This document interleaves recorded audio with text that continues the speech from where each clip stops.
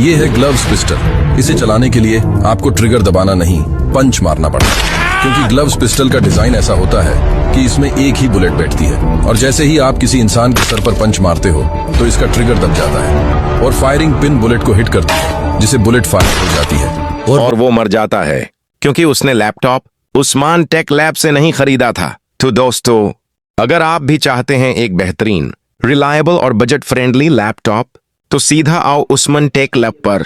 यहाँ आपको मिलते हैं HP, डेल और लेनोवो के लेटेस्ट और लिमिटेड स्टॉक वाले लैपटॉप्स, वो भी बेहतरीन कीमत में। अगर आप खरीदना चाहते हैं तो अभी कॉल करें और अपना ऑर्डर बुक करवाएं। और अगर आप ऑनलाइन डिलीवरी चाहते हैं तो डिलीवरी चार्जेस सिर्फ 2000 रुपए हैं, जो आपको खुद पे करने होंगे। तो देर किस बात की, अभी अपना लैपटॉप बुक करवाएं।